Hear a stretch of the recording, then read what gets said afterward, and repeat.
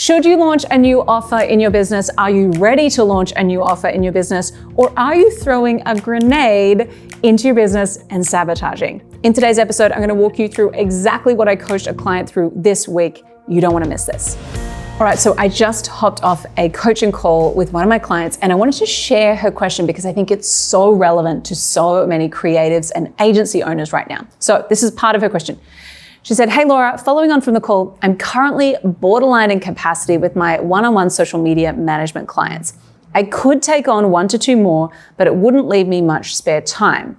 It's good for consistent monthly revenue that I'm wanting to increase and the feeling of security, but I also know that this model alone isn't scalable long term." So this is a really common place that so many agency owners find themselves in. They get to a point where they can do a lot on their own, maybe with 1 or 2 freelancers or contractors or a VA or 2, and they can do a lot on their own, but they hit a ceiling. Now, where this social media agency owner is at is so common. And it is one of the ceilings that most creatives will hit in their journey. I typically find that there are kind of 3 core ceilings that you hit. One is 10K a month, one is 30K a month, and one is 100K a month. Those are the 3 kind of big junctures where you almost have to reinvent the business again and show up completely differently. So she's on this journey between 10 and 30K a month right now. And so she walked through some of her options. So option A was, okay, so option A is I get 2 more clients for her main offer, okay? So her main offer is social media management. This is the one that she's like, ugh, I'm kind of at a capacity with this. So option A is 2 more clients. That's kind of first piece. Option B was she has this one-to-many offer, this DIY offer that she wants to launch. And so this was more of a leveraged one-to-many, kind of a digital product type offer. And this was completely new and it would be to a new market. So let's talk through and pro-con these 2 different offers. So option A is the management. And so she had said, she's like, cool, I know that if I did Shake the Tree, which is like our mini campaign that you send out to get quick clients. She's like, if I did Shake the Tree, if I did Sell by Chat, if I did a couple posts, I know I could land 2 more clients and it would bring in 5 to 6K a month right away. Okay, so pretty awesome that she has that demand. She's got people waiting to work with her who would be like, I want that spot. So she's like, I could get 2 new clients pretty quick smart. But the challenge here is she doesn't have much capacity. She's at a bit of a ceiling in herself. And it's not even just, can she deliver the work? It is the feeling of like being responsible for more clients. The feeling of like each client takes up a bit of headspace in your brain. And so she's also feeling that pinch of, okay, if I took on 2 more clients, that's a lot for me to manage and a lot for me to hold. Okay, so it's not just about your business capacity and your time capacity, it's also about your energy and your headspace and what's happening for you personally, okay? So 2 clients, 5 to 6K a month. Her DIY offer is new, but she was thinking it'd be a $49 product, okay? But it's once and done, okay? You create the product once, you deliver it, you can sell it anytime you like you can sell it in your sleep, that kind of offer. Now, what I do in these situations is I go, okay, cool. When we hit a capacity in our business, I think about 2 core things. I think about your mindset. And so I think, okay, cool. Who does she have to become to figure out this challenge? What's her identity got to look like? What does she have to believe about herself, about her business, about the types of clients she wants to work with? So mindset is one piece. The second piece is math. So we've got mindset, but we've also got math. And so businesses scale based on the mathematics of it, okay? So let's do some quick math.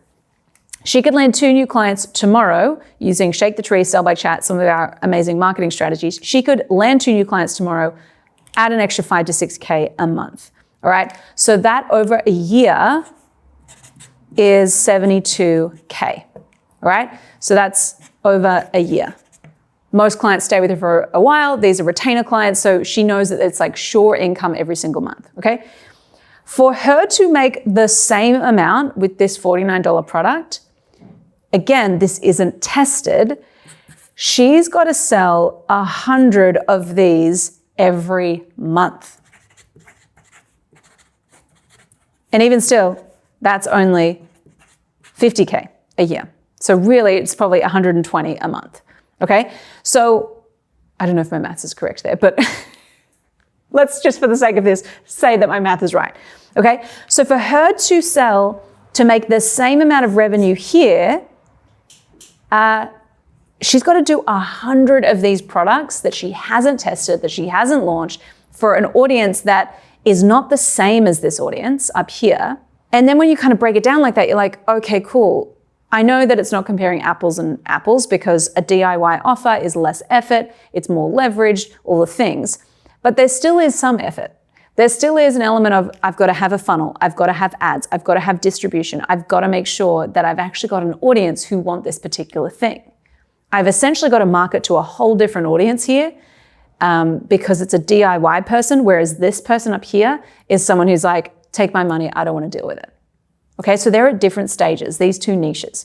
So again, I know it's not apples and apples, but it's really good to actually scribble out the math here. Now, here's where it gets interesting because we don't want her to take on these two clients at the cost of her sanity, the cost of her mental health, all those things. But for 72K a year, she can hire someone. And she could hire someone and go, okay, cool. I'm going to not only just take on these 2 accounts, I'm going to take on 5 accounts. So I'm going to take on more accounts, not just these 2 accounts. So all of a sudden, this hire is a no-brainer. She could hire someone full-time. She could hire someone, maybe she only hires someone part-time, and she pays them 3 to 5K a month to look after more than just these 2 clients. So can you see how the math starts to math here? Because we can go, all right, now what happens is, okay, she's hired someone. Let's say she hires someone 3 days a week. She pays them 3 to 5K a month, right? Let's say she does that hire. Now, all of a sudden, that person is responsible for looking after not just these 2 new clients, but her whole roster of clients. She's got someone else on the ground taking some of that mental load off her, and that gives her space, that unlocks space and time to create this offer. So she doesn't have the space if she stays where she is currently. She doesn't have the space if she takes on the 2 clients and still tries to do it herself. The only way, the unlock, is the hire. That is what she needs in order to get this revenue and to take some stuff off her plate and then unlock the space and time and energy that she needs to launch this DIY offer. So I'm not saying she shouldn't do both. I'm just saying she shouldn't do both at once. And I think the order is really important. And so where a lot of people go wrong here is when they hit a ceiling in their business journey, when they hit their capacity, they're like, okay, I'm wearing all the hats. I'm the marketer. I'm doing sales. I'm doing the delivery. I'm doing the admin. I'm onboarding all the clients. When you're doing all of that as a creative, you have very little bandwidth to create epic stuff. And this option B is an epic offer, but she will not do it justice if she doesn't have space. So what we had to do is unlock, okay, let's just plot it out. Who is the next hire? What are they going to be responsible for? Do not hire another doer.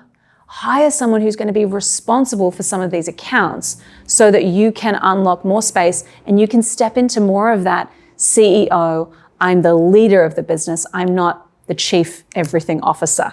So that gives her space. She can then launch the DIY offer in 6 weeks, 3 months time, maybe.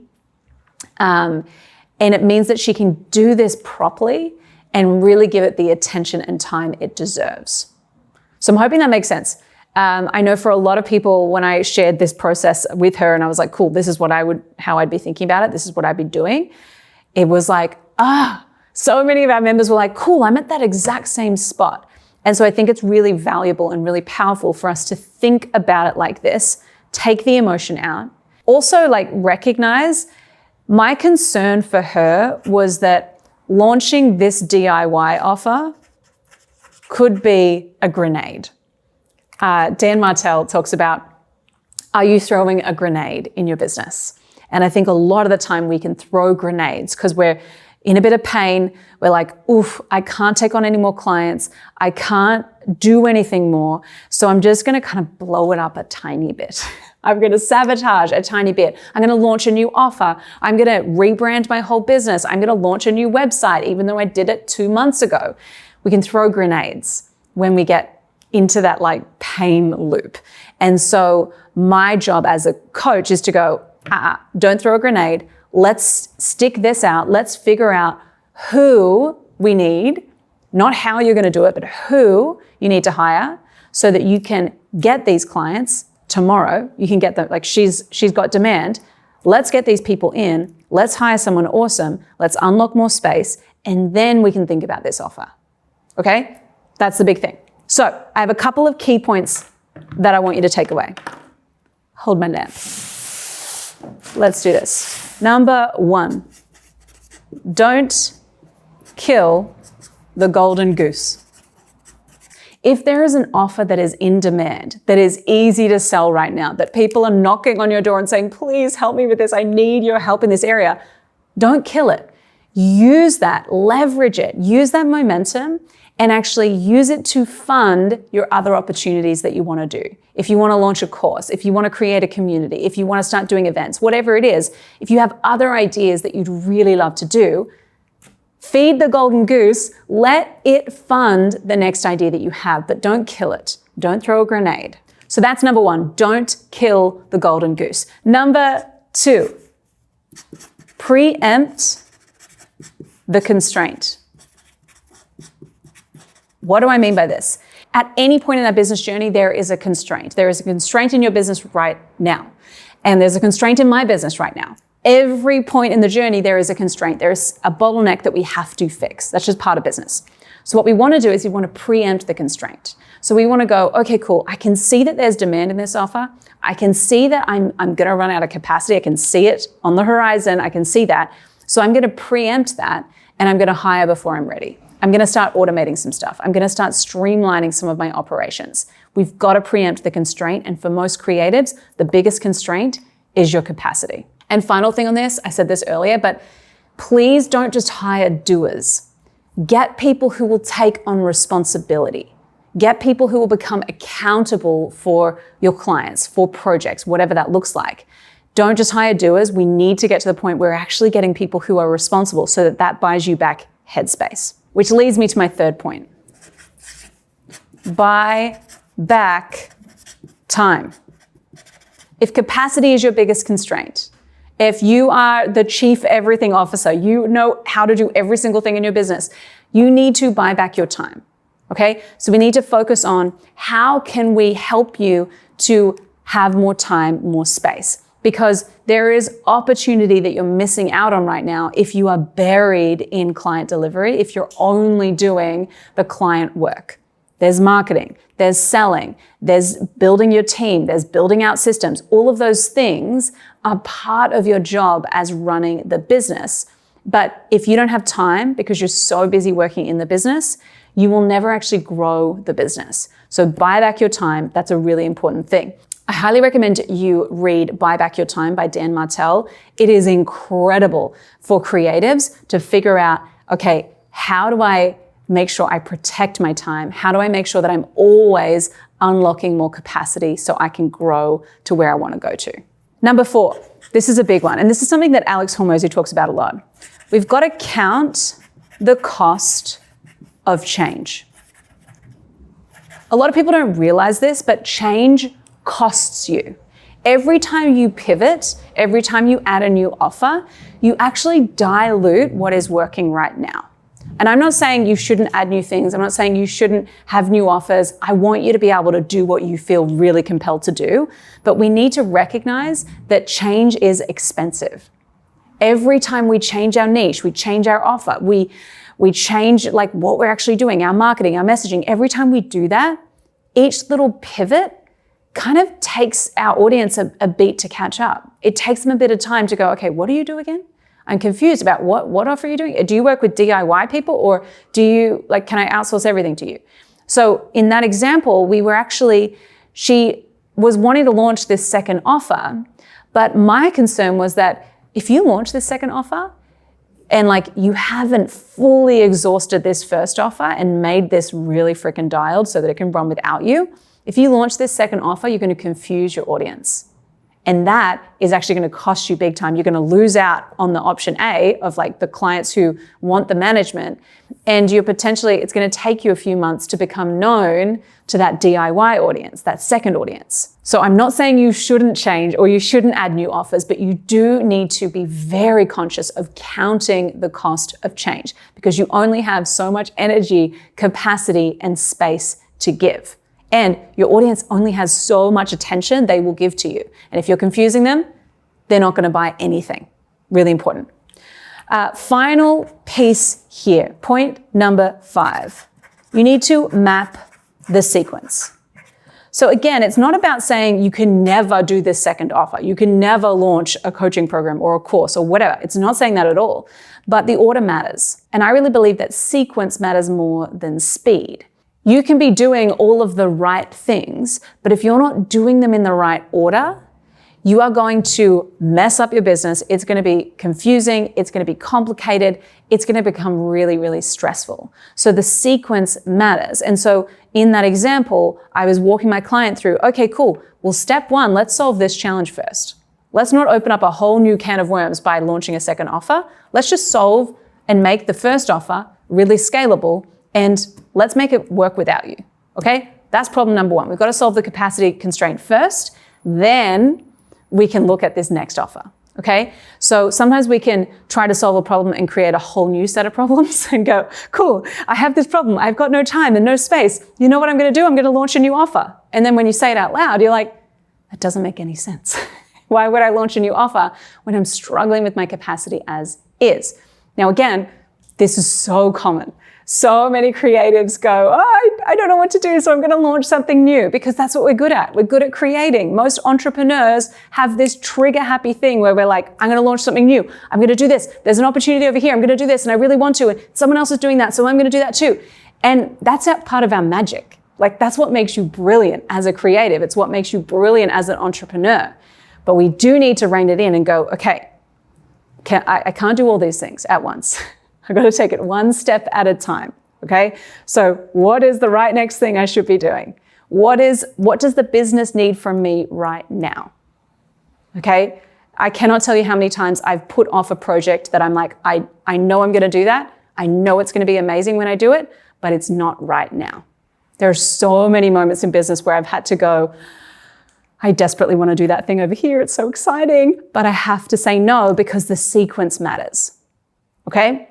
So don't kill the golden goose, preempt the constraint, buy back your time, count the cost of change, and map the sequence. Sequence matters more than speed. So we've covered a lot of ground. We've talked about your offer. We've talked about your capacity. We've talked about team. We've talked about leadership. So many pieces of the puzzle here we've spoken about. Now, if you want to unlock my entire system to do this so that you can look at, okay, what am I doing with my marketing? What am I doing with my sales? What am I doing with my growth and my team? What are my systems like? If you want to unlock that, I've created the 7-figure operating system just for you, my friend. It's a free 20-minute training where I walk you through the entire operating system you need to scale without losing your soul. So if you want to access that, head to the show notes. I'd love for you to watch the training and let me know how you find it. I hope that you love this episode, and if you're watching this on YouTube, if you're watching this on Spotify, I hope you love my scribbly writing. If you're not watching us on YouTube, or if you're not hanging out with us on Spotify, please do hit follow or subscribe wherever you are listening or watching. I love your work. Go get 'em.